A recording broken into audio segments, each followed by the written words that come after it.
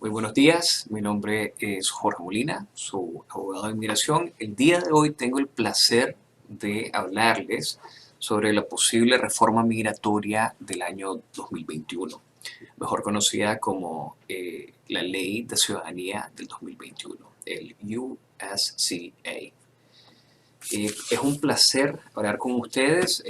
Tengo bastante material que exponerles.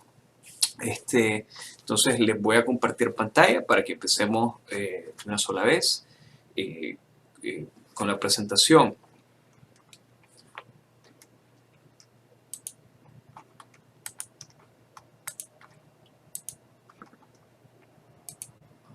Okay. Bueno, entonces creo que fue el jueves pasado o el viernes que la administración del presidente Biden reveló el texto del Acto de Ciudadanía del 2021. Es un texto comprensivo, abarca muchos temas, pero no es una ley perfecta, ¿verdad?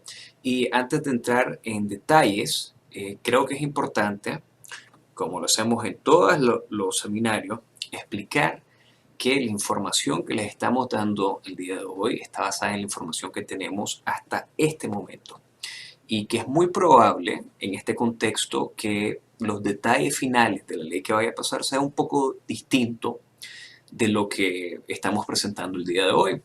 También es importante decirles que tiene que pasar el Congreso para que entre en vigencia. Sin embargo, creo que es un buen ejercicio y un buen uso de nuestro tiempo empezar a ver cómo nos podemos posicionar para tomar ventaja de esta ley, ¿verdad? Y a saber de antemano cómo nos podemos ayudar o si nos ayuda del todo o no lo puede hacer. ¿Okay? Entonces, el día de hoy, como siempre, pues queremos mantener esta presentación como menos de 30 minutos porque respetamos su tiempo. Y vamos a repasar el texto. Lo hicimos en un orden no completamente fiel y exacto de cómo está escrita la ley, sino que una forma más fácil de procesar y entender, ¿verdad? Entonces primero vamos a hablar de las nuevas formas de obtener una tarjeta de residencia, ¿verdad? El Green Card. Luego vamos a hablar de las reformas al sistema actual. Después las reformas a las cortes o tribunales de inmigración. Las reformas para visas de trabajo. Y por último, ¿qué reformas tiene pensada la administración para parar la inmigración irregular de raíz? Básicamente con el enfoque en Centroamérica, ¿verdad? Okay, entonces, de forma preliminar, realmente sabemos que es una nueva era. Esta ley es un cambio eh, completo y marcado de la última vez que pasaron una ley de inmigración, en el año 1996. Se nota que es un proyecto de ley con una visión más madura, completa, ¿verdad? Con un enfoque eh, eh, más cirúrgico, ¿verdad? Y enfocado a los problemas que realmente atravesamos todos. Si bien la última reforma migratoria se notaba que mucho del propósito de la ley era castigar a individuos, el propósito de esta ley es resolver los problemas que tenemos, ¿verdad? Entonces, como les digo, tiene que pasar el proyecto, pero es un excelente comienzo. No es perfecto, no soluciona todos los problemas que tenemos en el sistema actual de inmigración, pero sí ayuda muchísimo, ¿verdad?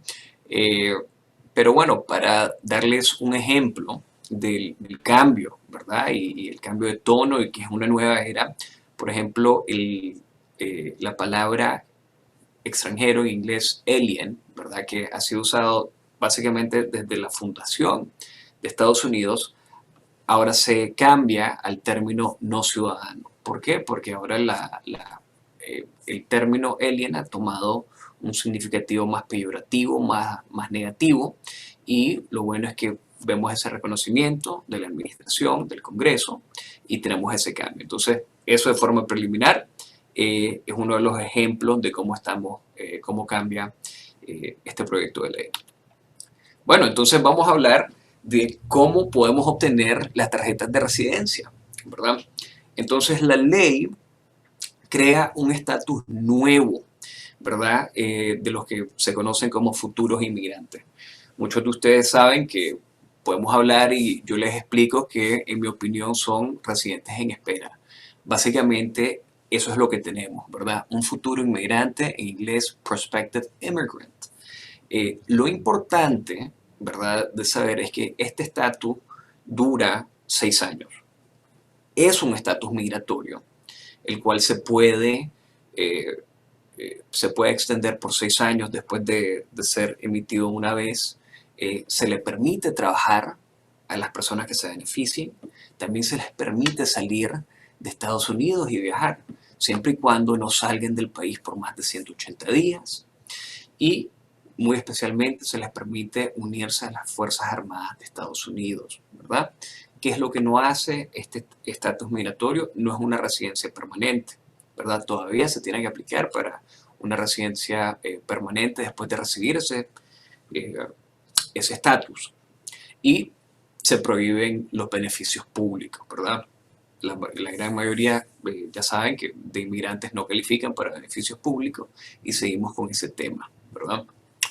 Eh, bueno, entonces para aplicar, después de ser eh, eh, futuro inmigrante o inmigrante en espera, ¿qué es lo que tiene que pasar? Tiene que pasar 5 años en ese estatus, ¿verdad?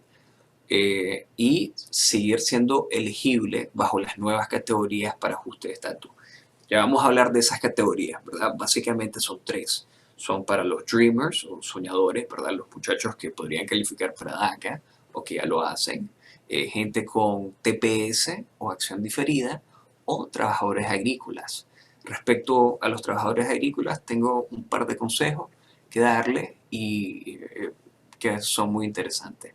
También tienen que pasar la revisión de antecedentes penales.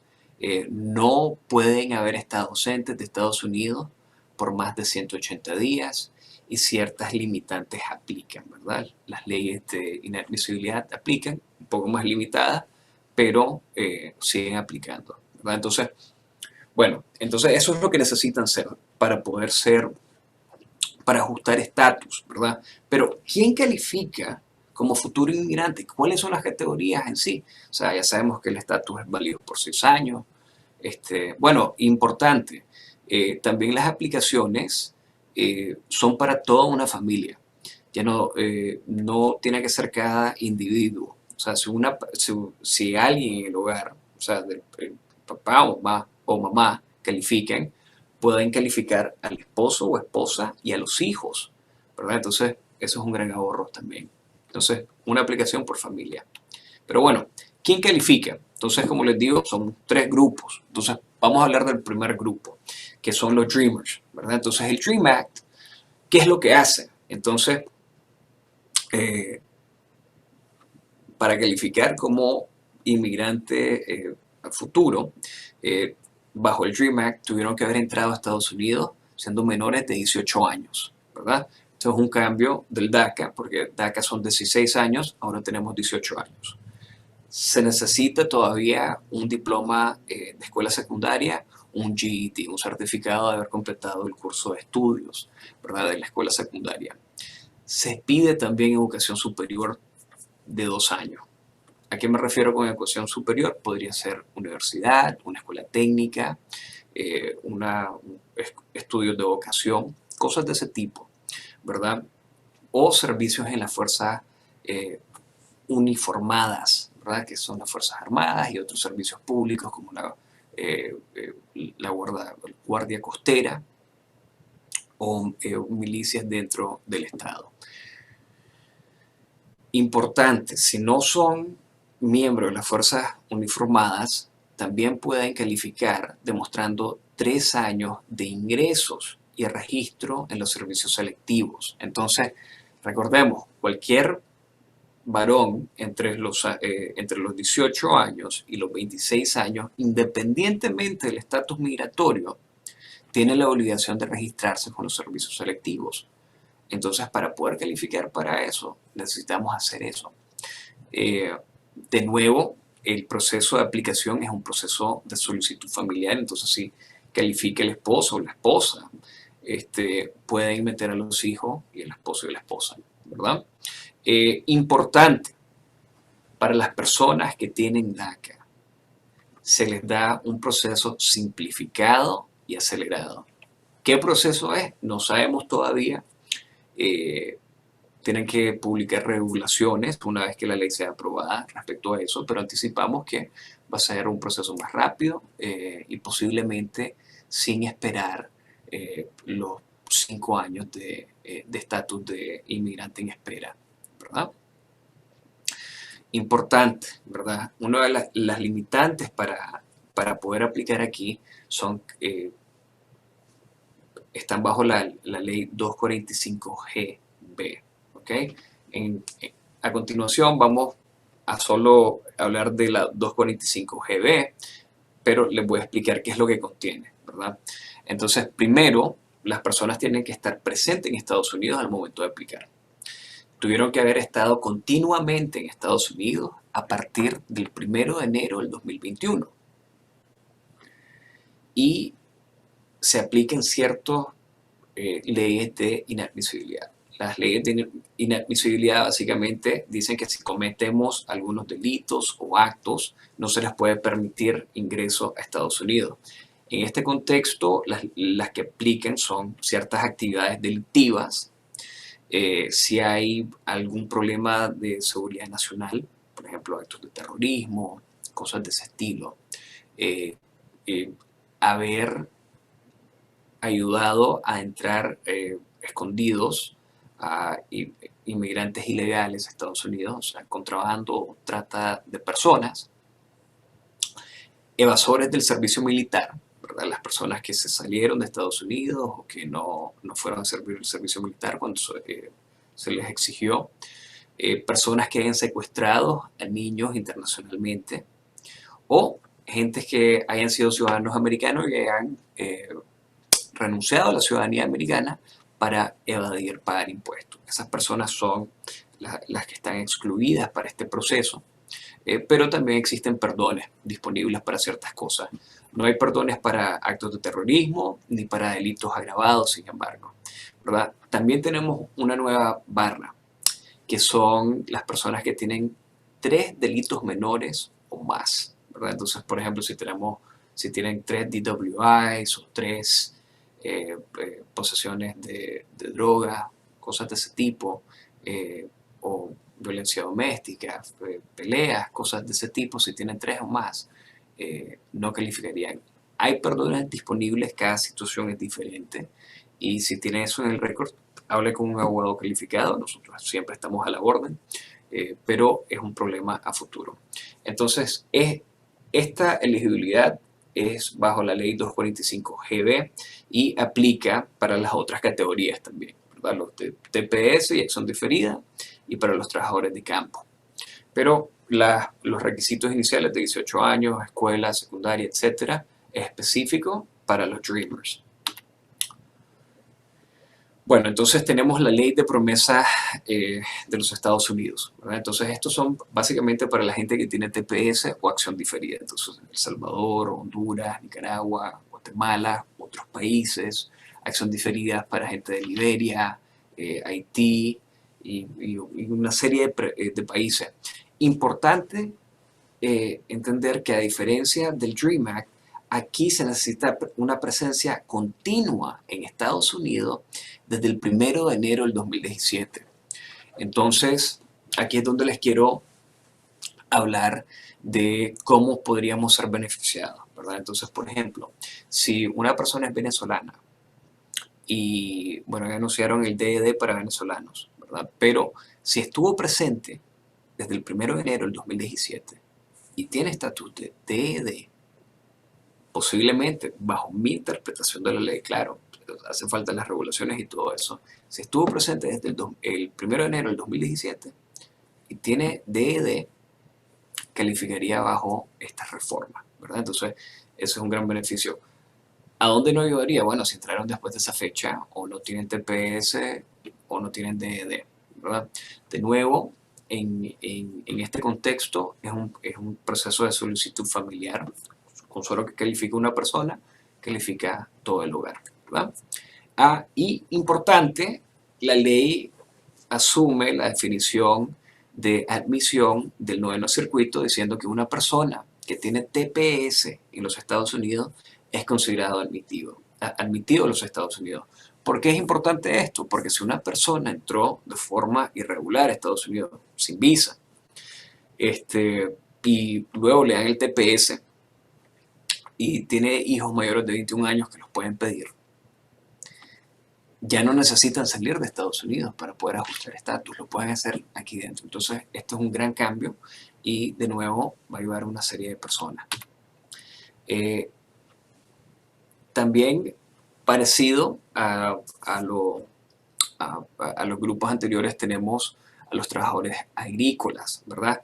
De nuevo, la elegibilidad bajo los 245G es la inadmisibilidad que les decía, las razones que no pueden ser beneficiados y presencia continua durante cierto tiempo.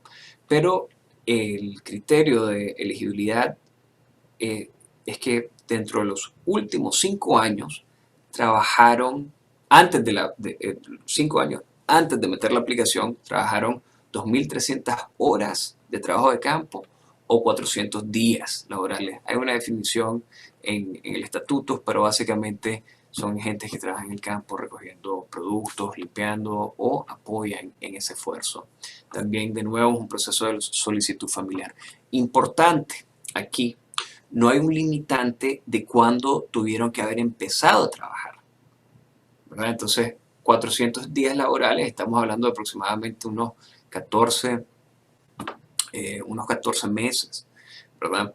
Entonces, si una persona, es decir, empieza a trabajar en el campo y lo hace durante los siguientes 400 días laborales, bajo esta ley y bajo mi interpretación, podría calificar, aunque en los últimos 4 años o 5 años no haya empezado a trabajar. Entonces, esto es algo que podemos empezar a tomar en cuenta si es una profesión que les interesa, ¿verdad? De nuevo, es un proceso de solicitud familiar. Bueno, entonces esas son las formas nuevas de aplicar para las tarjetas de residencia, ¿verdad? Entonces, el proyecto de ley también reforma el sistema actual para obtener la residencia. Entonces, hay unos grandes cambios, ¿verdad? Entonces, hay un nuevo perdón de inadmisibilidad, ¿verdad? Anteriormente teníamos los perdones 212C. Estos fueron abolidos en el 96. Pero es un poco diferente al anterior.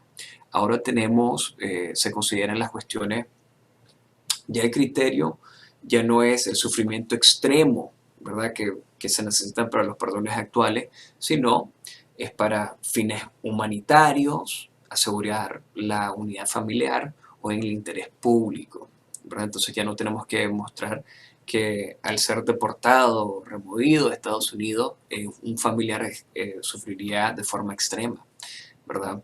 Y lo que se hace es que se consideran ciertos factores parecidos más o menos a la cancelación de remoción en corte de inmigración. Entonces se analizará la severidad de la ofensa, cuánto tiempo ha vivido la persona en los Estados Unidos, la rehabilitación y si de forma o de qué forma va a afectar al no ciudadano o a sus familiares. Eso es un cambio importantísimo, súper grande, porque anteriormente no se consideraba el sufrimiento de la persona, el inmigrante. Con este cambio sí se puede tomar en cuenta, ¿verdad? También este perdón va a estar disponible en procedimientos de deportación, ¿verdad? En las cortes de inmigración. Importante, no aplica para delitos agravados mayores, aggravated felonies, ¿verdad?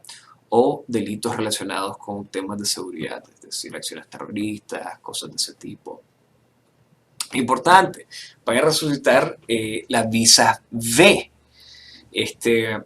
A finales de los 90, principios de los años 2000, había un programa de visas B para personas que tenían peticiones de familiares pendientes, que habían sido aprobadas, pero que la visa de inmigrante no estaba disponible todavía.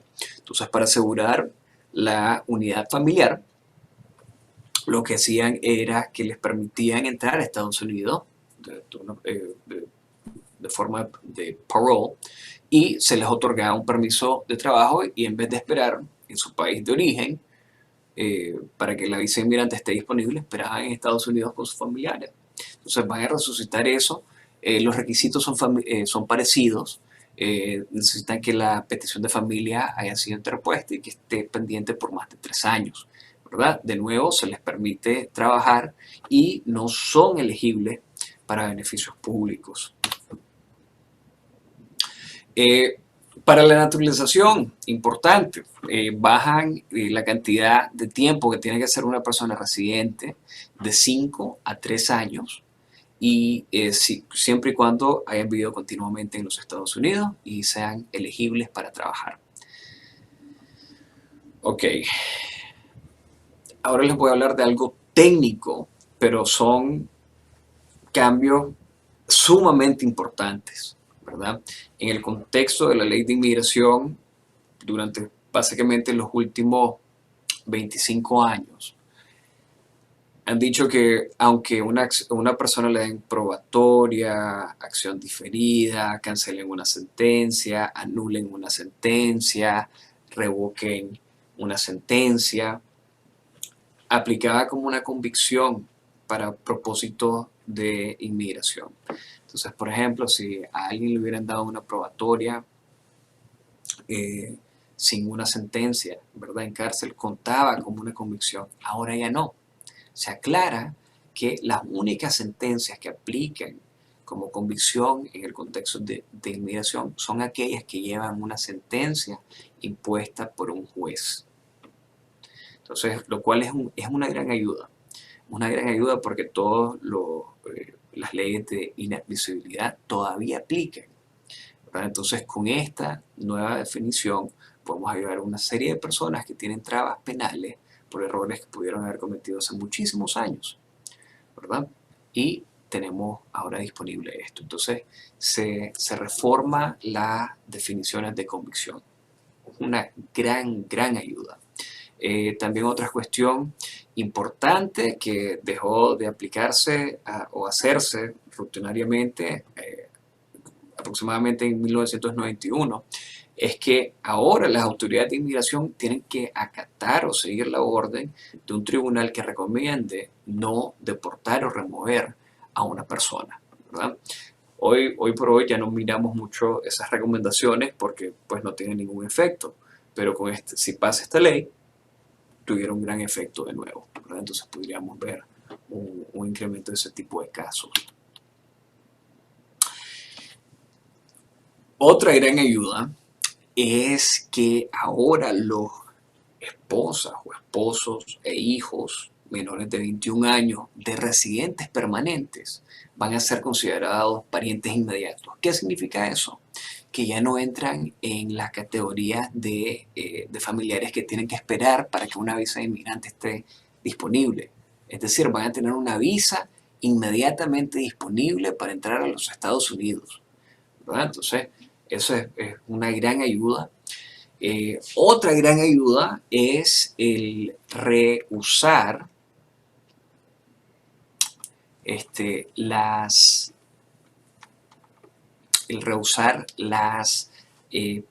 visas no utilizadas, ¿verdad? Entonces, si tenemos una petición que fue interpuesta por un familiar, ¿verdad? Y no se utiliza bajo operación de ley, esa visa expira 1 año después de no ser usada. Ahora, todas esas visas que no son usadas van a ser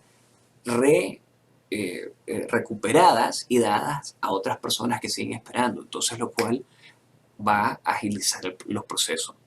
Yo creo que una de las cuestiones más importantes es que va a desaparecer las prohibiciones de reingreso de 3, 10 y las barras permanentes, ¿verdad? Entonces, La acumulación de presencia sin papeles, lo que pasa hoy por hoy, si tenemos más de 6 meses y salimos de Estados Unidos, nos podemos regresar por 3 años. Si tenemos más de un año y salimos, nos podemos regresar por 10.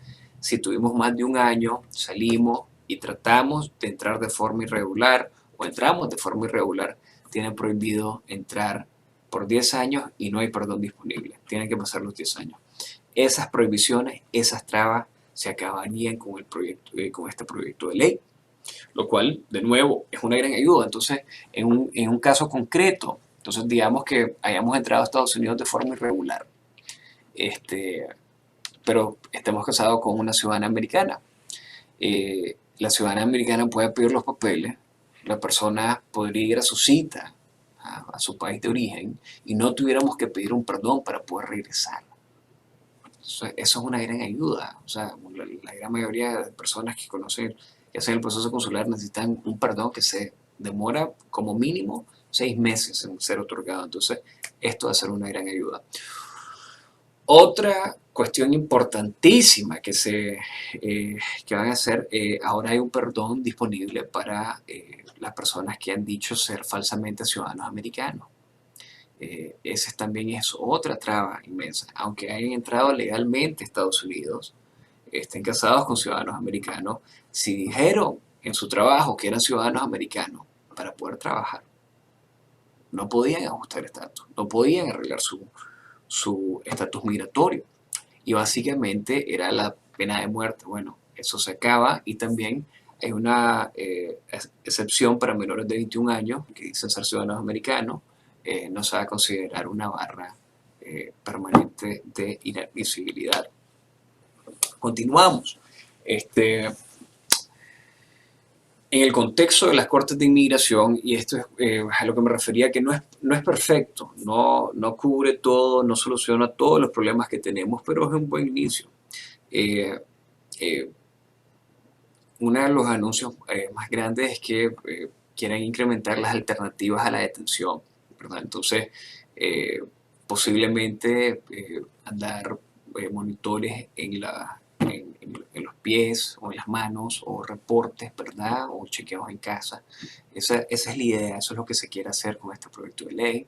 Y para reparar los atrasos en las cortes de inmigración, se planea incrementar el número de jueces de inmigración al año por 55, ¿verdad? Entonces, por los siguientes 4 años.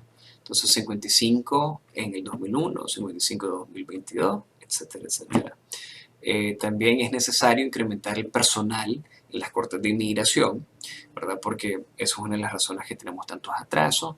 Y por fin, como proyecto de ley, se va a exigir que se interpongan todos los documentos de forma electrónica. Esto es algo que en otras secretarías o departamentos gubernamentales ya los tienen implementados desde hace décadas. Entonces yo creo que ya es hora que se haga en este momento en el contexto de las cortes de inmigración.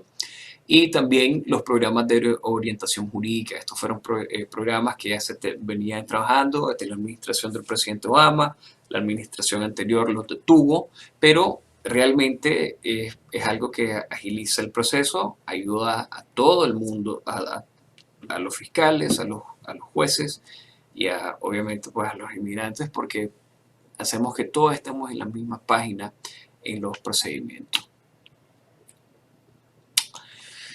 Importante, otro cambio aquí es que el gobierno ahora puede pagarle al inmigrante que esté en corte de inmigración el abogado, y en ciertas categorías se exige que se le ponga a un representante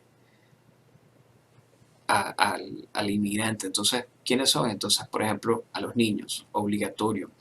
A individuos que son particularmente vulnerables, ¿verdad? Alguna persona con alguna invalidez o discapacidad, también para las víctimas de abuso, tortura o violencia, mujeres embarazadas o que están dando pecho, ¿verdad? Y padres de menores de edad de ciudadanos americanos. Entonces, ese es un gran cambio y enhorabuena. ¿verdad? Porque sí se necesitan representantes. Sabemos que si una persona tiene abogado en corte de inmigración, las posibilidades de éxito suben de forma dramática.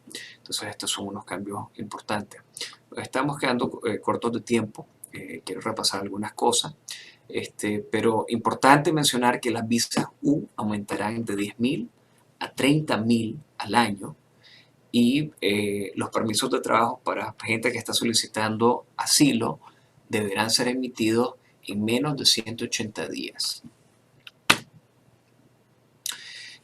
Importante para la gente que puede buscar una visa a través de un empleador.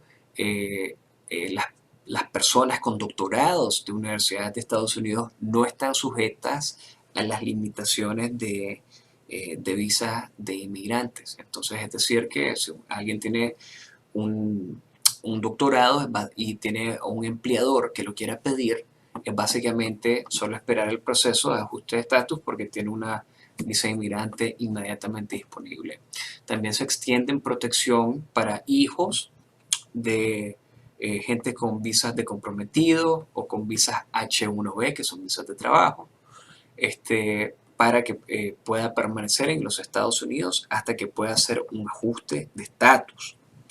Las esposas o esposos de gente con visas H1B, ahora ya de forma legal van a tener un permiso de trabajo y pueden trabajar. Y hay 10.000 visas nuevas para desarrollo económico.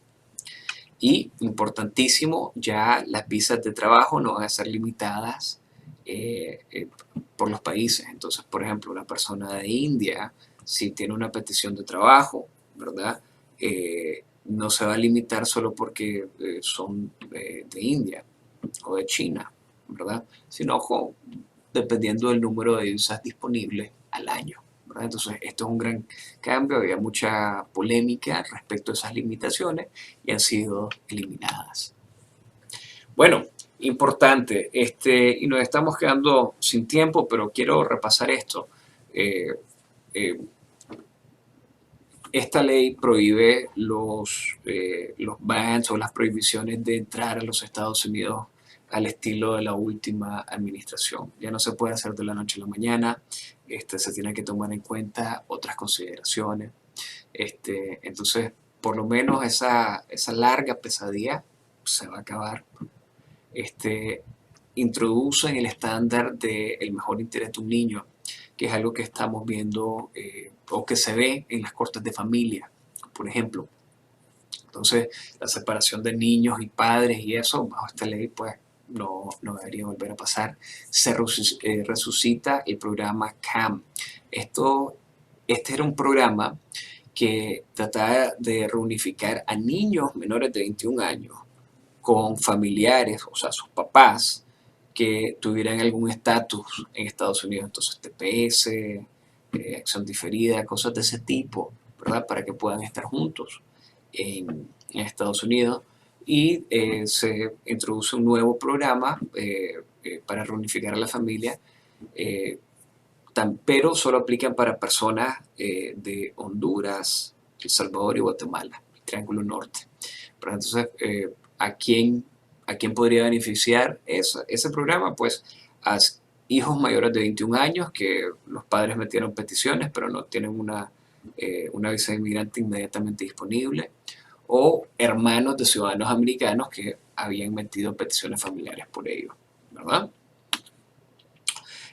Importante, el proyecto también tiene la meta de parar la inmigración irregular de raíz. Para eso han destinado $1.000 millones para combatir la corrupción, el crimen organizado, a las pandillas y la violencia sexual de género y doméstica, ¿verdad? Que son las causas fundamentales de la inmigración irregular de Centroamérica hacia Estados Unidos. Bueno, entonces, para recapitular, lo que estamos diciendo es un proyecto ambicioso, necesita ser pasado por el Congreso, ¿ok?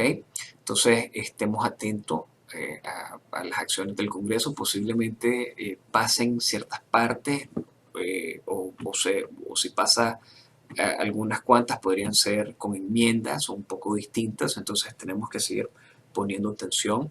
No es un plan perfecto, con varios problemas. Por ejemplo, si tenemos casos de asilos, no cambia las definiciones de refugiados ni exiliados, no otorga nuevos visas para gente que está en corte de inmigración peleando su asilo. Sin embargo, esperamos que muchas de las decisiones que han detenido el asilo cambien, y muchas de las personas que están pidiendo asilo calificarían bajo otras categorías. Por ejemplo, si ya tienen TPS, ¿verdad? Pero independientemente, ¿verdad?, que de las imperfecciones, es un excelente comienzo. Entonces, les repito, nosotros siempre estamos a la orden. Cualquier pregunta, con muchísimo gusto se las respondemos. Nos estamos quedando sin tiempo, pero creo, vamos a dejar de compartir pantalla y vamos a abrir aquí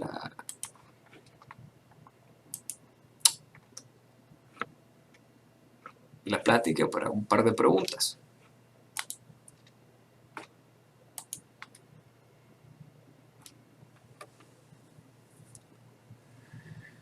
Si tenemos un par de preguntas. Bueno, déjenme darles algunos ejemplos de personas que se podrían beneficiar, ¿verdad? Entonces, si estamos casados con un ciudadano o residente permanente de Estados Unidos y no tenemos una entrada legal, podemos ir a arreglar nuestra situación en nuestro país de origen si no tenemos ningún delito o otros problemas, sin necesitar pedir un perdón, lo cual va a agilizar las cosas de forma masiva.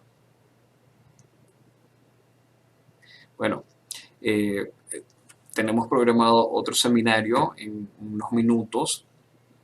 Si tienen alguna pregunta, siempre me pueden escribir a mí. Si son clientes del despacho, ya tienen mi correo electrónico. Si no, pueden escribirnos a info@jmolinalawfirm.com. De nuevo, info@jmolinalawfirm.com. Nuestro número de teléfono es el 469-708-5800. Pero bueno, de nuevo, mi nombre es Jorge Molina. Muchas gracias por su atención. Que tengan un excelente día. Saludos.